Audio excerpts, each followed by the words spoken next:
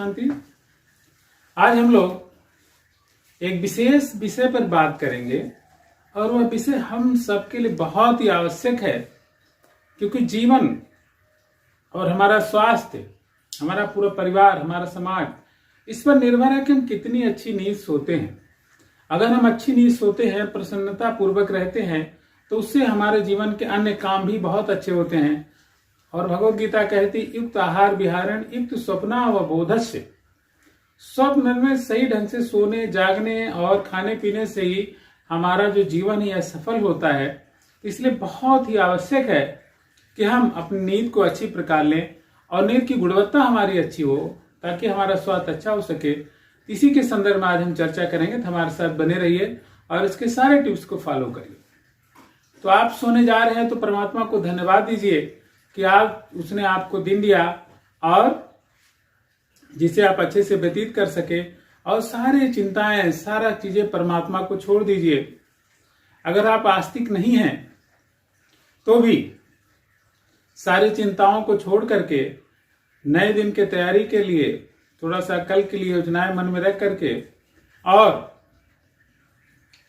कुछ गहरी सांस लेकर के तब सोएं, तो बहुत ही अच्छा नींद आएगी। और नींद के पहले लाइट वगैरह बंद कर लें, क्योंकि लाइट बंद होने से क्या होता है कि हमारी आंखें कुछ न कुछ चैतन्य अवस्था में रहती है, शरीर चैतन्य अवस्था में रहता है, तो लाइट का प्रभाव हमारे पूरे शरीर पर पड़ता है। इसलिए लाइट बंद रखना बहुत ही अच्छी बात है।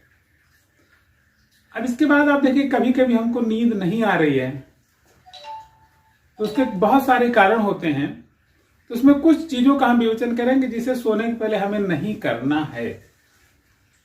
डोंट में जो चीजें हैं उसको हम लेंगे कि पहले चीज तो शाम के समय भारी भोजन करना एक अच्छी नींद के लिए बाधा होती है। तो शाम को हमेशा हल्का ही भोजन करें।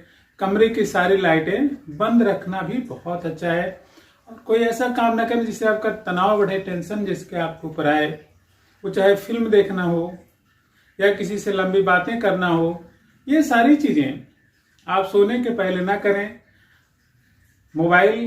कोशिश करें मोबाइल को सोने के 2-3 घंटे पहले तक अपने से दूर रखें, ताकि मोबाइल की सारी चीजें आपके दिमाग में न आए।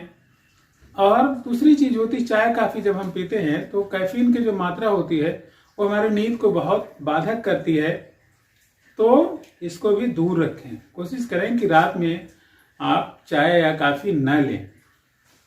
फिर क्या होता है भाई, चिंता भी बहुत बड़ी चीज होती है। अगर चिंता आपको है तो भी अच्छी नींद नहीं आएगी।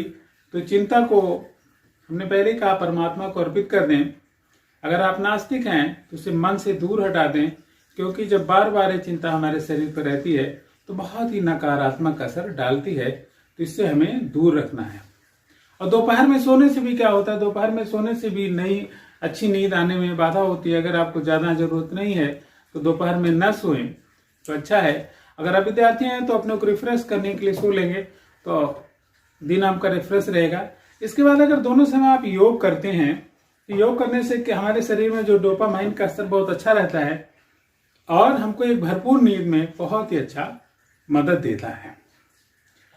और इसके बाद कुछ औषधियां होती हैं जिसमें शंखपुष्पी वगैरह है, ब्राह्मी भी आप लेते हैं तो भी नींद की मात्रा बहुत ही अच्छी आती है। इसके अलावा सदाबहार का सेवन भी नींद में अच्छी मदद करता है। और जो एक रिसर्च आया है, जो आस्तिक लोग हैं उनके लिए है कि अगर आप ओम का या परमात्मा का नाम का किसी नाम का स्मरण करते हैं तो उससे क्या होता है कि आपका मन जो चिंता और सारी चीजों से दूर हो जाता है और मन एक रिदमिक अवस्था में आ जाता है, तो आपको बहुत ही अच्छी नींद आती है। और अगर आप ऊर्जावान हैं, आपके अंदर नए दिन के लिए कुछ करने की दमखम है, तो सारी चीजों को छोड़ करके बढ़िया नींद लीजिए। सुबह उठते ही परमात्मा को और अपने को आत्म रूप में समझना है कि हम आत्मा हैं और बहुत सारी चीजें कर सकते हैं। तो अगले दिन की शुरुआत अच्छी होगी आपकी, और दिन की शुरुआत अच्छी होगी तो रात तक आप बढ़िया से सोने के लिए रेडी होंगे, तो नींद आपको अच्छी आएगी। तो इसके साथ ही साथ आप हमारे साथ बने रहे। धन्यवाद। आपको भी कोई टिप्स लगता है तो जरूर हमें कमेंट करके बताएं। हमारे साथ जुड़े रहें। Thank you.